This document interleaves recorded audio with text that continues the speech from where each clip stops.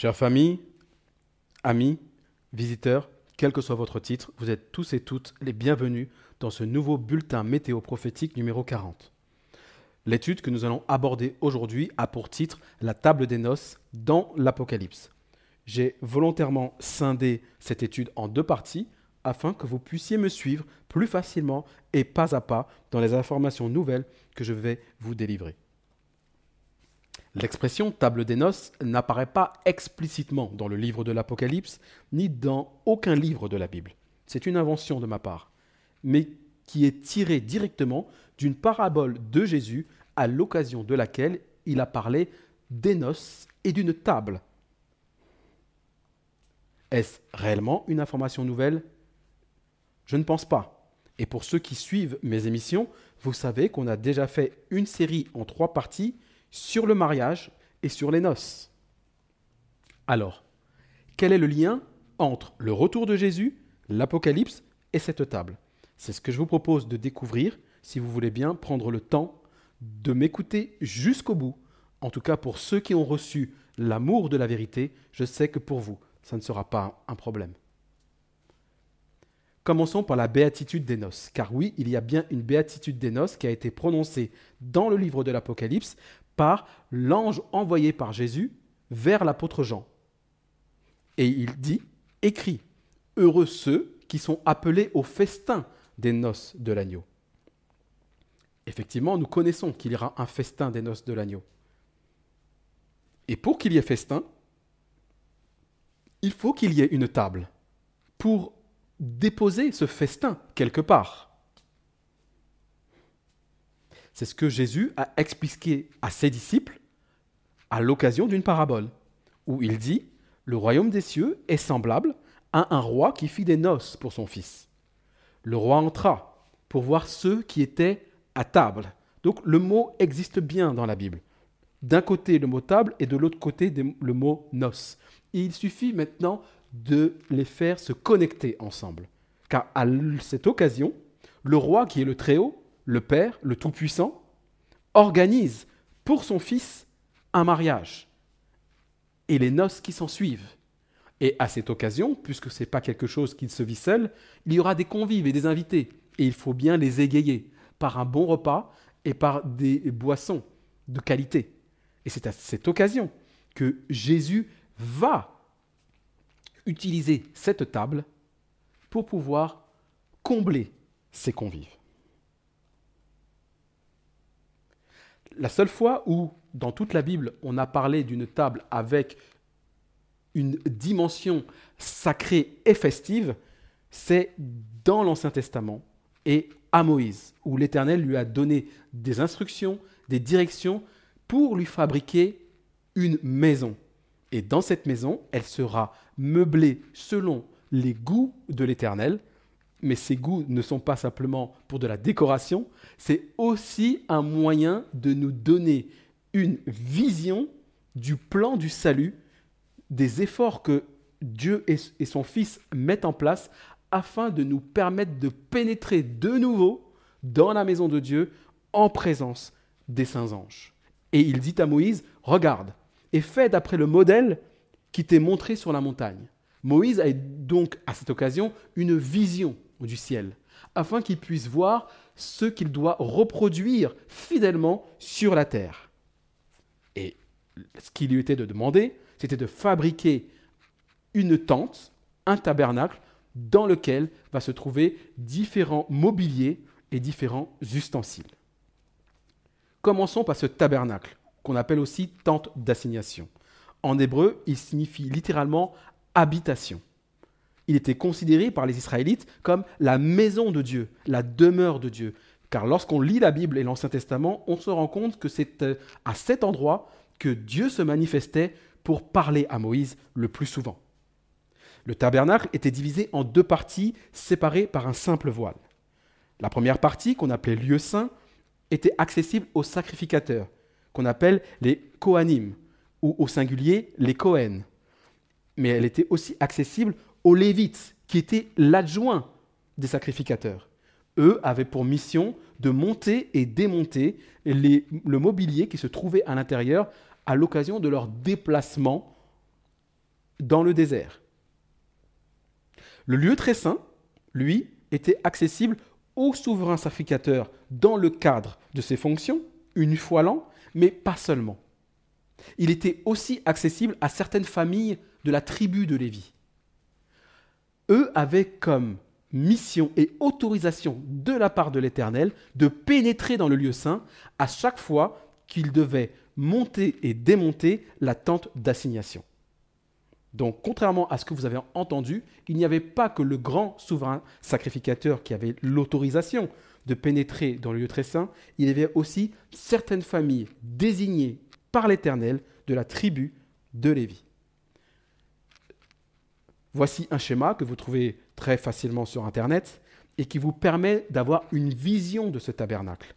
Vous voyez donc à l'est la porte d'entrée devant laquelle se trouve ce grand prêtre avec les habits qui avaient été décidés par Dieu, la manière dont il devait s'habiller. Nous pénétrons dans le lieu saint, là où nous y trouvons l'autel des parfums, le chandelier à 7 branches, mais aussi la table. C'est elle qui nous intéresse aujourd'hui. Il y a un rideau, un voile qui séparait du lieu très saint, dans lequel nous trouvions d'autres mobiliers dont je vous ferai grâce aujourd'hui. Ce qui est à noter, c'est que la table était située du côté nord du tabernacle, car chaque mobilier avait une place bien précise. Et l'Éternel avait demandé à Moïse de placer la table du côté nord de la tente d'assignation.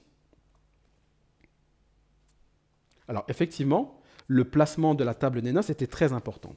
L'Éternel dit, tu mettras la table en dehors du voile, qui se trouve à l'intérieur du tabernacle, et tu mettras la table au côté septentrional. Moïse s'exécuta et plaça la table dans la tente d'assignation au côté septentrional, répète la Bible, du tabernacle, en dehors du voile, c'est-à-dire avant le voile qui le sépare du lieu très saint. Pourquoi ces indications ? Comprenons ce que veut dire septentrion. Septentrion est un terme tiré de la civilisation romaine, par lequel elle désignait la constellation aux 7 étoiles. Nous retrouvons le symbolisme du chiffre 7 dans cette constellation, qui est rattachée à ce qu'on appelle la Grande Ourse. Elle se trouve au-dessus du 41e degré de latitude nord, qui est circumpolaire. Qu'est-ce que veut dire ce terme ? Il signifie qu'elle ne se couche jamais. Sur les 365 jours que compte une année, on peut toujours apercevoir dans l'hémisphère nord la constellation de la Grande Ourse qui nous indique où se trouve le nord. C'est intéressant.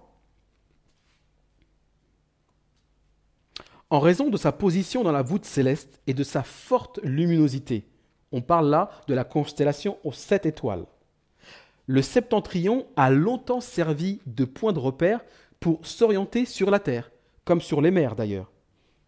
Observable depuis l'hémisphère nord, elle semble tourner autour de l'étoile polaire, qui à elle appartient à la constellation de la Petite Ourse.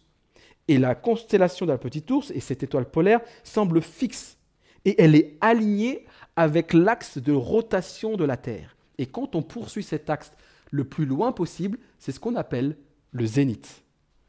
Je vous ai fait un schéma afin que vous puissiez bien comprendre tout ce qu'on vient d'expliquer. La constellation de la Grande Ourse est la plus brillante dans l'hémisphère nord. Elle permet de repérer l'étoile polaire, qui, elle, est vraiment à l'extrémité du nord. Et elle nous indique la direction vers laquelle se trouve le zénith, là où, dans la pensée collective de l'époque, se trouvait Dieu. En effet, il faut se rappeler que nous parlons à une période de l'histoire où les hommes pensaient que la Terre était plate. Et donc, quand il parlait du septentrion, il n'indiquait pas une position horizontale, mais une position verticale. Elle indiquait en premier lieu le ciel. Or, pour un Israélite, un Hébreu, Dieu est assis au-dessus du cercle de la terre, qui pour eux était plat. Et Jésus lui-même ajouta que le ciel est le trône de Dieu. Donc pour un Israélite, pour un croyant, pour Abraham, Isaac, Jacob, Moïse, Dieu habitait au septentrion, au ciel, et la constellation de la Grande Ourse leur permettait de savoir où se trouvait le trône de l'Éternel. D'ailleurs, il n'y a pas que Moïse qui l'avait compris. L'ange révolté, qu'on appelle le serpent ancien, le diable, Satan, partage la même compréhension. C'est ce que nous révèle le prophète Ésaïe.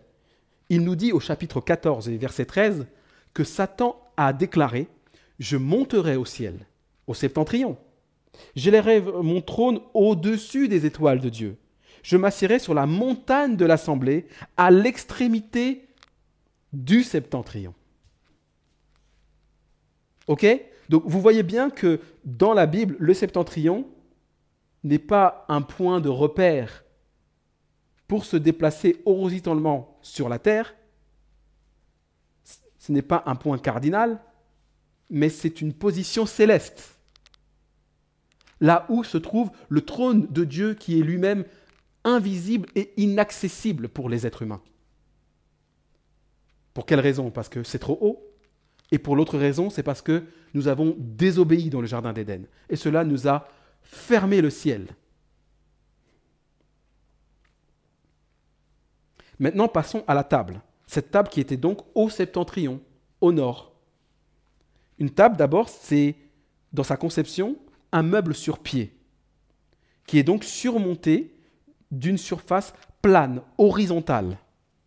Elle peut être ronde, elle peut être carrée, elle peut être rectangulaire, peu importe. En tout cas, elle permet de surélever, entre terre et ciel, les choses et les objets qui y sont posés, comme si elles étaient suspendues dans les airs. Gardez bien cette notion qu'elle va vous servir, aussi bien dans cette première partie, mais surtout dans la seconde partie. Dans la Bible, le mot table apparaît pour la première fois à l'occasion de la description du tabernacle. Donc on voit que l'Éternel a choisi à ceux qu'il a inspirés d'écrire la Bible que le mot table soit directement raccordé au tabernacle, à la maison de Dieu. Or, la table du tabernacle représente donc un lieu de rencontre, un lieu de rendez-vous, qui est lui-même situé au septentrion, donc dans le ciel, au nord, plus loin que la constellation de la Grande Ourse, de la Petite Ourse, au zénith. C'est là que se trouve le royaume des cieux. Et dans le royaume des cieux, nous attend une table des noces royale, puisque les noces sont organisées par le roi, le Très-Haut. Quelles instructions a donné l'Éternel pour le montage de la table à Moïse ? Il lui dit « Tu feras une table de bois d'acacia. Tu la couvriras d'or pur. Tu feras ses plats, ses coupes, ses calices, ses tasses pour servir aux libations. Tu les feras eux aussi d'or pur. Tu mettras sur la table les pains de proposition continuellement devant ma face. » En effet, les pains qu'on appelle les pains de proposition étaient aussi appelés par les Hébreux, les Juifs, les pains de la face. Pourquoi ? Parce qu'ils se trouvent en permanence devant la face de l'Éternel. Et s'ils sont situés sur la table qui elle-même est au nord de la tente d'assignation, c'est normal qu'ils soient toujours devant le trône de l'Éternel. Alors, en quelle matière est fabriquée cette table ? Elle était fabriquée à partir de bois d'acacia. Connaissez-vous cet arbre ? L'acacia est un bois dur, considéré comme imputrescible, autrement dit, qui ne s'altère pas, car il contient des huiles naturelles qui le protègent des dommages causés par l'humidité et les parasites. Donc c'est un bois qui tient dans le temps.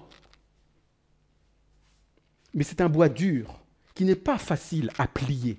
Et pourtant, l'Éternel voulait qu'on le manipule. Le problème de ce bois, c'est que son tronc et ses branches sont pourvus d'épines longues et pointues. Et lorsqu'on y pense, le fait qu'il y ait des épines longues et pointues nous rappelle la conséquence de la désobéissance d'Adam et Ève dans le jardin d'Éden. Car il est écrit dans Genèse 3, verset 18, « Il te produira des épines et des ronces, et tu mangeras de l'herbe des champs tous les jours de ta vie. Voilà ce qui s'est passé.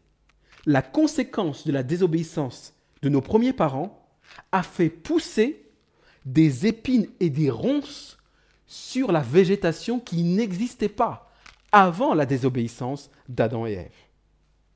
Et Dieu donc demande à Moïse de choisir ce bois parce qu'il rappelle le péché permanent de l'être humain et donc de son indignité face à l'Éternel. Rappelez-vous que lorsque Jésus a été crucifié, les Romains ont posé sur sa tête une couronne d'épines. Et selon la tradition, on disait qu'elle était faite elle aussi de bois d'acacia. Mais la table devait être entièrement recouverte d'or pur. L'Éternel ne voulait pas que le bois d'acacia soit apparent en permanence. Il devait disparaître sous cet or. Et l'or pur, on ne l'obtient que lorsqu'il est éprouvé dans le fourneau et il est lui-même sans alliage avec un autre métaux. Donc c'est d'une très grande valeur. Il n'a pas de prix, un prix inestimable. Et il enveloppait en intégralement le mobilier. Cet or, nous l'avons déjà vu dans d'autres études de bulletins météo prophétiques, c'est le symbole de la foi et de la justice de Jésus-Christ. C'est ce qu'il a accompli pendant sa vie terrestre et qui a abouti à sa mort sur la croix, qui nous permet, par la foi, que sa justice nous soit imputée, nous soit attribuée, portée à notre crédit, de sorte que il suffit d'accepter gratuitement que Jésus est notre seul et unique sauveur pour que le Père nous accepte et nous regarde comme étant des êtres innocents et purs. Pas besoin de pèlerinage. Pas besoin de mortification. Pas besoin de suivre 5 ordonnances. Seule la foi en Jésus-Christ et dans ses mérites terrestres suffisent pour nous obtenir une libération. Et cette libération, c'est celle du Père qui nous dit « Je sais que tu es coupable. Je sais qu'à cause de toi, il y a des épines et des ronces qui ont poussé. Mais je te déclare acquitté, innocent. Tu peux repartir libre. Aucune condamnation ne pèse sur toi parce que tu as cru en celui que j'ai envoyé, mon propre Fils. » Et ce qu'il a fait ressemble et aussi incomparable que l'or pur, qui est le métal qui a le plus de valeur dans ce monde. Et comme je ne peux pas te parler d'autres métaux qui se trouvent dans le ciel dont tu n'as aucune idée, alors pour que tu comprennes à quel point ce que mon Fils a fait pour toi a de la valeur, alors je demande à Moïse de recouvrir la table d'or pur, qui vont cacher le bois d'acacia d'où poussent des épines et des ronces. Voilà la matière de la table, en quoi elle nous montre l'amour de Dieu pour l'humanité. Parlons maintenant de la vaisselle de la table. Tu feras des plats, des coupes, des calices, des tasses, nous dit l'Éternel. Les plats représentent le plateau sur lequel devaient être déposés les mets du roi. Les coupes représentent les verres, les godets, dans lesquels devait être versé le vin, le jus du roi, mais aussi l'encens. Enfin, il y avait aussi les calices, qu'on appellerait aujourd'hui des vases ou des cruches, dans lesquels il y avait donc ce vin qui était préparé, et les tasses dans lesquelles devait être versé ce vin. C'est ainsi que, pour tout ce qui est de boisson, on parle de libation, parce que ce sont des breuvages qui devaient être utilisés pour un usage sacré, exceptionnel, et les noces du Fils de Dieu ne peuvent être exceptionnelles dans l'univers. Et eux aussi devaient être fabriqués en or pur, parce qu'il y a dans le ciel aucune tache, aucune iniquité, aucun péché. Tout est pur et innocent dans le ciel. Et même les instruments, les ustensiles, le mobilier était pure à l'image de Dieu et de son Fils. Comme toute table royale, elle était recouverte de vaisselles de grand prix et qui ont une implication aussi bien matérielle que spirituelle. Elle témoigne de la gloire de l'hôte et de l'honneur qu'il accorde à ses invités. Vous savez que lorsque vous voyez des tables royales, comme on nous montre le mariage, par exemple, des princes du royaume d'Angleterre, combien, lorsqu'on peut apercevoir la salle où seront assis les convives, est majestueuse. Entre la nappe, les verres en cristal en général, la vaisselle en porcelaine ou en or, c'est magnifique. Et elle montre à quel point ce royaume est plus ou moins puissant, avec des goûts raffinés. Imaginez maintenant, puissance 1000, ce qu'un Dieu peut offrir comme table royale pour ses convives. Et c'est l'idée que voulait donner l'Éternel à Moïse en reproduisant ce qu'il avait vu en vision dans le modèle. Les plats et les coupes accueillaient donc les pains de proposition, et l'encens était donc offert sur les plats et les coupes, tandis que les calices et les tasses étaient réservés pour le vin, pour la boisson. Lorsque Moïse eut achevé de dresser le tabernacle, il eut l'ordre de oindre d'une huile sainte tous les ustensiles et de les sanctifier, c'est-à-dire de les mettre à part, pour un usage sacré, consacré à l'Éternel, et rien d'autre.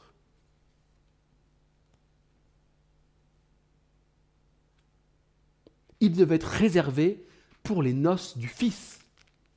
Il n'avait pas d'autre utilité que celle-ci, afin que, dans la mémoire du peuple, dans son esprit, ils aient toujours une pensée pour ce rendez-vous qui est donné par l'Éternel pour célébrer les noces de l'agneau. Tout ce rituel était fait pour que jamais ne parte de notre mémoire ce rendez-vous qui est fixé. Et ce rendez-vous qui est fixé, il se trouve à la fin des temps. Lorsque Jésus va venir nous rechercher pour vivre avec lui les noces. Et pour ceux qui connaissent un peu la Bible, il suffit de se référer au livre de Matthieu, chapitre 25, qui nous parle de 10 vierges qui attendent le signal de l'époux pour pouvoir participer aux noces. C'est exactement la même idée et la même image. Est-ce que vous avez vos lampes allumées pour pouvoir participer aux noces de l'agneau? C'est la question que vous devez vous poser. Car c'est l'endroit où il faudra être. C'est l'endroit à la mode où tout le monde voudra entrer. Mais seuls les élus pourront y pénétrer. Quelles sont les instructions données sur les pains? L'Éternel dit, tu prendras de la fleur de farine. Tu en feras 12 gâteaux. Chaque gâteau sera de 2 dixièmes, selon les mesures de l'époque. Nous allons y revenir. Tu les placeras en 2 piles, 6 par pile, sur la table d'or, pure, devant l'Éternel, devant sa face. Tu mettras de l'encens pur sur chaque pile, et il sera sur le pain, comme souvenir, comme une offrande consumée par le feu devant l'Éternel. Et chaque jour de sabbat, on rangera ces pains devant l'Éternel continuellement. C'est une alliance perpétuelle qu'observeront les enfants d'Israël. Voilà les instructions qui sont données. Et nous allons maintenant les étudier dans le détail pour comprendre ce qu'il peut nous apporter aujourd'hui dans notre préparation à faire partie des convives à la fête des noces de l'agneau. On nous parle de 12 pains qui sont en fait des gâteaux. La traduction qui est donnée de pain n'est pas tout à fait exacte. Elle ressemble plus à un gâteau, peu importe. Il doit être confectionné à partir de fleurs de farine pour un volume de 2/10 d'épha. Il faut comprendre que la fleur de farine n'est pas une partie d'une farine au détriment de l'autre farine. C'est la même farine, obtenue à partir de la même graine de céréales. Souvent, la fleur de farine, on arrive à une farine blanche, en symbole de pureté, telle que l'est Jésus-Christ, obtenue après avoir été concassée, tamisée, broyée, moulue. C'est ce qui est arrivé à Jésus. Lorsqu'il est venu sur terre, lui aussi, il a été concassé, tamisé, broyé, moulu à cause de nos péchés. Et il a été vivement secoué à cause de nous. Et il a tenu bon. Il ne s'est pas énervé. Il n'a pas perdu patience. Il a tenu bon jusqu'à la croix pour nous sauver. Voilà comment a été obtenue la fleur de farine, Jésus-Christ, mort et ressuscité. C'est ce qui nous attend aussi. Si nous voulons purifier notre caractère défaillant, naturel ou acquis, il nous faut nous aussi être concassés, tamisés, broyés, moulus, jusqu'à ce que notre caractère soit affiné à l'image de Jésus-Christ. Il faut que cette fleur de farine soit exempte de toute pellicule enveloppant la céréale et de tout germe qui consiste à faire renaître en nous le péché. C'est le symbole de l'innocence. Voilà pourquoi il était l'agneau parfait. Parce qu'en lui, il n'y avait point d'iniquité. En lui, il n'y avait point de péché. Et il a fait extirper en lui tout désir qui le portait à faire le mal ou faire sa propre volonté. C'est pourquoi il a dit, non pas ce que je veux, mais ce que tu veux, toi, Père, le Très-Haut, qui est assis sur le trône. Il a rejeté le germe qui montait en lui et qui poussait à avoir un désir égoïste. Il l'a repoussé pour être totalement innocent, exempt de tout égoïsme. C'est ça la fleur de farine. Et cette fleur de farine devait être pétrie dans l'huile pour fabriquer ce gâteau. Et l'huile est le symbole du Saint-Esprit. Donc cette fleur de farine, une fois obtenue, est mélangée au Saint-Esprit pour obtenir 12 pains, où chaque pain devait avoir un volume de 2/10 d'épha. Or, l'unité de mesure de volume de l'époque, l'épha, était pour des grains secs, de la matière sèche. 1/10 d'épha est égal à 1 homère, qui représente environ 2 litres d'aujourd'hui. Or, il y avait 2 piles de 6 pains, ce qui donne 12 pains. Donc, si on multiplie 12 pains par 2 homères, on obtient 24 homères. Donc, la totalité des 12 pains correspond à 24 homères. Et nous venons de voir dans la précédente présentation sur le temps de la vieillesse, les 24 vieillards, que le chiffre 24 dans le royaume des cieux a son importance, parce qu'elle rappelle le symbole du temps. Le chiffre 24 fait référence au temps d'une journée. Et dans une journée, tous les peuples de la terre sont soumis à ce cycle, qu'ils soient croyants, non croyants, qu'ils soient blancs, noirs, jaunes, comme on dit. Tout le monde est soumis au cycle de 24 heures, à une journée. Personne ne peut s'y dérober. Parce que c'est Dieu le Créateur et que dans le ciel, il y a un temps d'unité de mesure qui est de 24 heures. Et il l'a imposé sur la terre afin qu'on se rappelle qui est notre Créateur. Et lorsqu'il a demandé à faire 12 pains de 2/10 d'épha, il voulait que la totalité obtienne le chiffre 24. Pourquoi ? Parce que l'invitation aux noces de l'agneau est envoyée au monde entier, à tous les peuples qui sont soumis au régime des 24 heures. Elle n'était pas réservée au peuple d'Israël.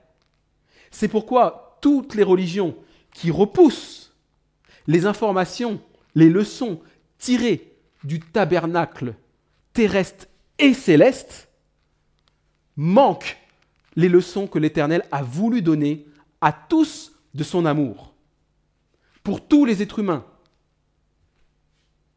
tous les peuples, toutes les nations et toutes les langues. Car le chiffre 24 fait référence à tous les peuples, toutes les nations et toutes les langues, à tous les hommes qui sont soumis au régime des 24 heures.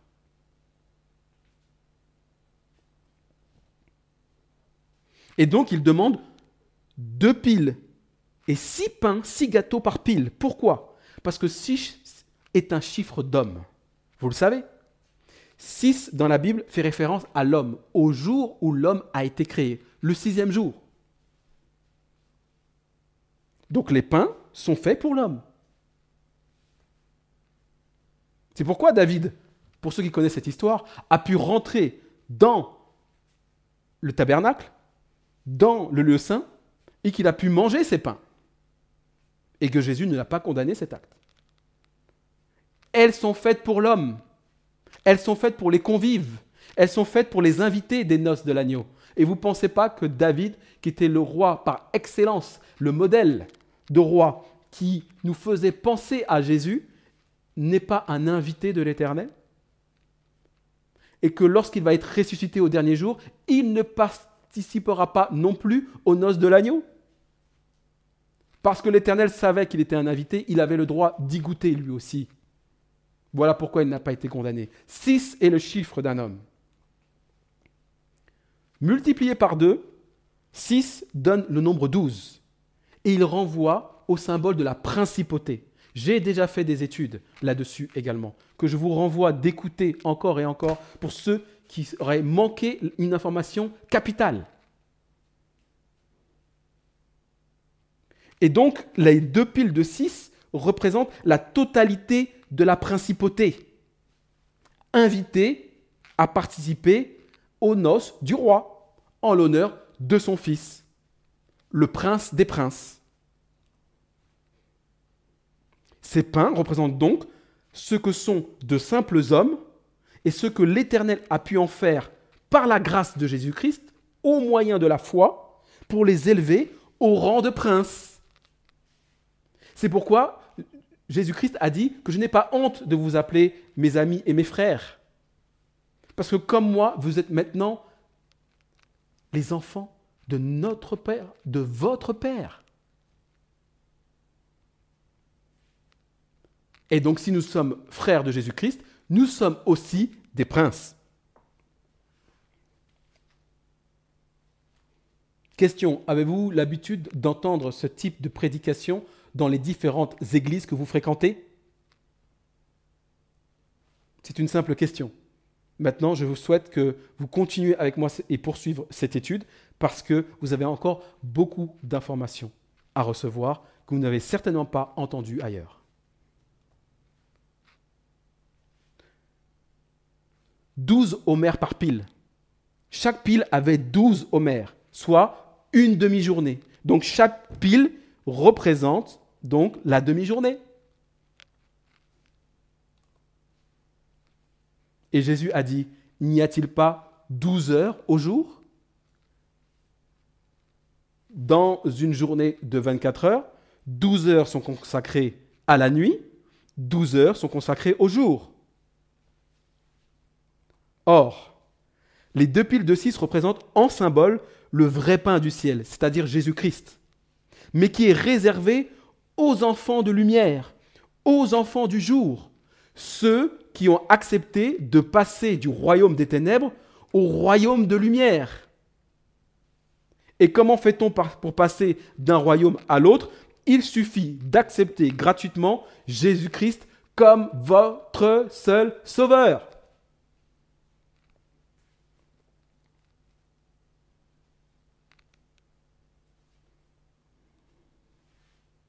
Car la table des noces, rappelez-vous, est placée au nord. Dans la tente d'assignation, elle est illuminée par le chandelier à 7 branches qui, lui, se trouve au midi, à l'opposé, et qui brûle continuellement devant la face de l'Éternel. Et qui donc illumine en même temps les pains, les 12 pains, qui se retrouvent donc en permanence sous la lumière de l'agneau. Puisqu'on a vu que les 7 branches sont les 7 yeux de l'agneau.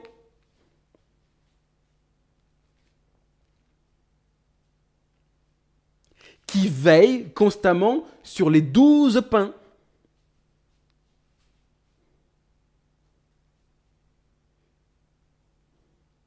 Est-ce qu'il n'y a pas une cohérence avec mes prédications et mes études précédentes? Est-ce qu'elles se contredisent? J'ai l'impression que non. Elles ne font que se renforcer encore et encore. Parce qu'il est écrit que, à la fin des temps, la connaissance augmentera. Ces 2 piles de 6 par pile ont été divisées. Pour quelle raison? Elles correspondent à l'expérience acquise par les princes à l'instar de Christ, qui lui-même a rompu son corps pour le monde. À quelle occasion? À la Pâque. À la Pâque, Jésus a rompu son corps pour que le monde puisse vivre et être réconcilié avec Dieu. D'où la séparation des 2 piles de pain qui vivent la même expérience de Christ. Nous aussi, nous devons faire la place à Christ pour que c'est Christ qui soit élevé. Même si nous sommes des princes, laissons passer le premier des princes, Jésus-Christ lui-même. Les 2 piles rappellent aussi les 2 pains des prémices, qui eux-mêmes ont été faits avec, nous dit la Bible, 2/10 de fleur de farine. C'est exactement les mêmes ingrédients qui sont utilisés pour faire les 2 pains à l'occasion de la fête des prémices, qui devaient être agités de côté et d'autre le lendemain de la Pentecôte. Eh oui. Car c'est au lendemain de la Pentecôte que les premiers disciples ont été estampillés par l'huile, par le Saint-Esprit, qui est descendu sous forme de langue de feu pour sceller la mission évangélique des apôtres. Donc les 2 piles de 6 pains nous rappellent et la Pâque et la Pentecôte. Mais pas que. Rappelez-vous que cette table est là en l'honneur du banquet des noces, organisé par le Dieu des cieux, en l'honneur de son Fils. Et elle doit prendre place dans la tente d'assignation. Et qu'est-ce que la tente d'assignation? C'est la maison de Dieu. Donc le banquet ne va pas se passer n'importe où. Nous serons invités dans le palais, dans le royaume des cieux, pour vivre les noces de l'agneau. Est-ce que vous alliez aller à ces noces habillés comme vous le souhaitez?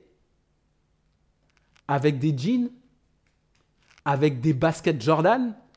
Avec des casquettes à l'envers? Avec des décolletés plongeants? C'est ça que vous voulez me faire croire? Comme vous vous présentez devant l'Éternel chaque sabbat ou chaque dimanche pour ceux qui ne sont pas adventistes du 7e jour? Ou vous laissez libre cours à vos envies pour vous présenter devant la face de l'Éternel?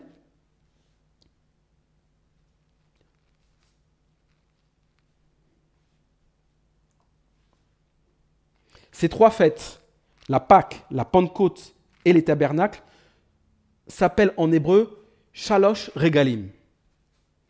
Ces 3 fêtes étaient l'occasion pour tous les hommes israélites d'être convoqués 3 fois l'an à Jérusalem, autour de la table des noces qui se trouvait dans le lieu saint de la tente d'assignation et plus tard dans le temple de Salomon ou d'Hérode. Pour célébrer Dieu qui, par son Christ, donne la victoire aux rachetés, aux princes, sur le péché, sur la mort et le droit de retour dans la présence de l'Éternel. Ceux qui avaient été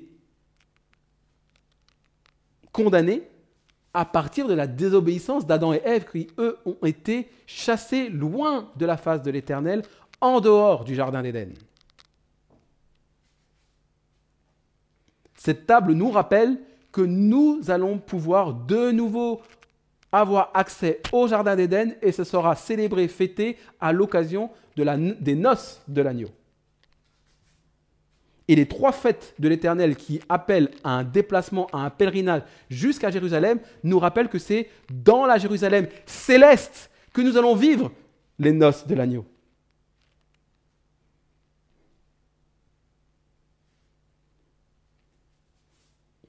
Je vous avais dit que vous allez avoir des informations que vous n'avez jamais entendues avant. On poursuit. Les 12 pains devaient être renouvelés chaque jour de sabbat. Rappelez-vous que l'ancienne alliance était de nature pédagogique pour nous mener jusqu'à Christ. C'est l'apôtre Paul qui nous le dit. Or, Christ est le maître du sabbat. Et ce sabbat n'a jamais cessé d'exister. Pour ceux qui prêchent, pour ceux qui pensent que le sabbat a été aboli, cette étude vous montre que c'est faux.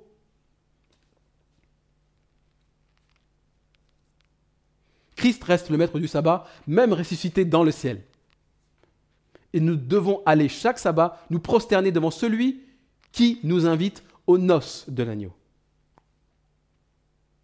Et cette répétition hebdomadaire était et reste partie intégrante de l'apprentissage et de l'assimilation de la sainteté par le peuple mis à part.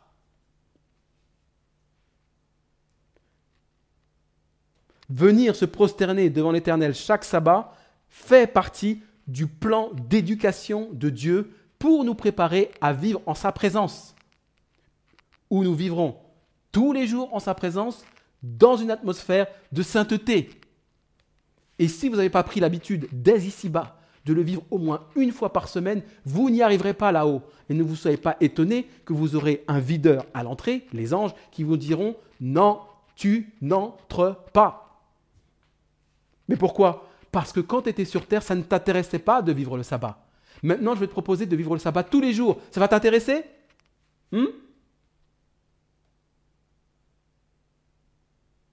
Qui va le croire ? Que tout d'un coup, tu es être intéressé de vivre le sabbat tous les jours, alors que je te le demandais une fois par semaine, tu ne le faisais pas. Personne ne va y croire. Et il aura raison. Le choix du 7e jour, béni et sanctifié, est l'ombre du jour eschatologique où les corps corruptibles revêtiront l'incorruptibilité et que les corps mortels revêtiront l'immortalité. C'est le jour où nous allons voir nos amis perdus ressuscités avec le retour de Jésus-Christ. Et nous qui serons restés vivants à son retour, nous serons changés et nous revêtirons tous l'habit de noces pour être invités aux noces de l'agneau et nous asseoir autour de la table des noces, en présence d'Abraham, Isaac et Jacob. Ce jour eschatologique, donc qui parle de la fin des temps, est appelé aussi dans la Bible le jour du Seigneur, qui renvoie au jugement dernier, au cours du 7e millénaire, selon qu'il est écrit, devant le Seigneur, un jour est comme 1000 ans, et 1000 ans est comme un jour. Et quand se termine le 6e millénaire? Dans quelques années. Dans quelques années. Et chaque jour nous rapproche du 7e millénaire. Mais ce n'est plus en centaines d'années. Nous sommes à quelques encablures de la 7e millénaire. Êtes-vous prêts? Êtes-vous prêts?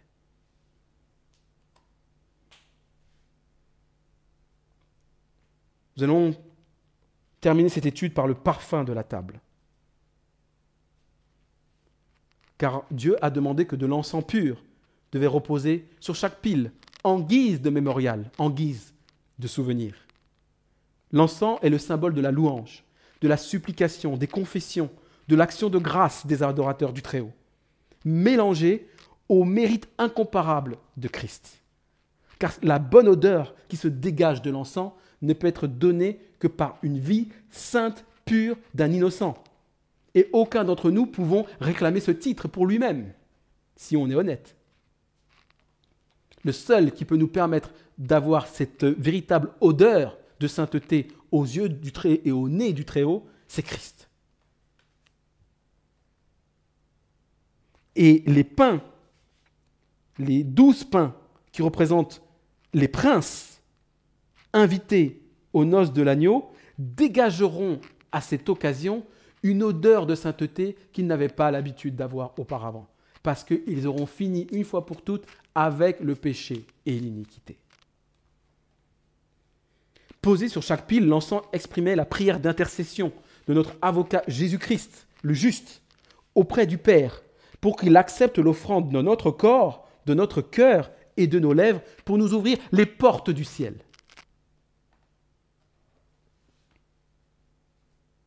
Donc les 12 pains représentent l'ouverture des portes du ciel. Car en consommant ce pain et en buvant ce vin, vous annoncez la mort du Seigneur jusqu'à ce qu'il vienne. Elle vous ouvre les portes du ciel. Jésus avait dit, « Ceci est mon corps qui est donné pour vous. Faites ceci en mémoire de moi. » Lors de la Sainte Seine. Et Paul, lui, a expliqué qu'en mangeant ce pain et en buvant cette coupe, ce vin, vous annoncez la mort du Seigneur jusqu'à ce qu'il vienne.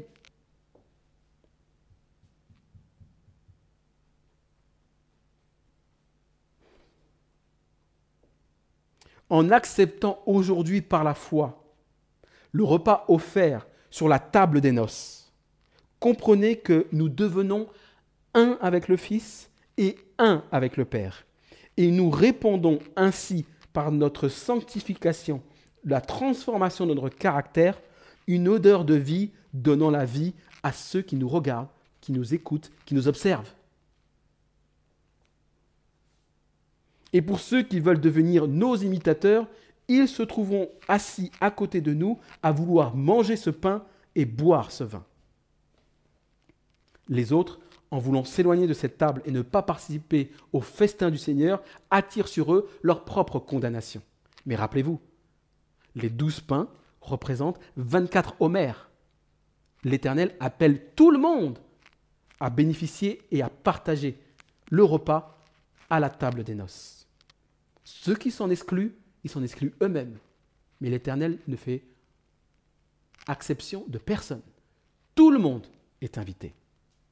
Pour peu que vous acceptiez son Fils. Car les retrouvailles dans le ciel, dans la Jérusalem céleste, sont faites avant tout pour célébrer son Fils. Donc ceux qui rejettent Jésus-Christ, qui pensent que ce n'est qu'un prophète et rien d'autre de plus, s'attirent sur eux-mêmes la condamnation et se ferment les portes du ciel.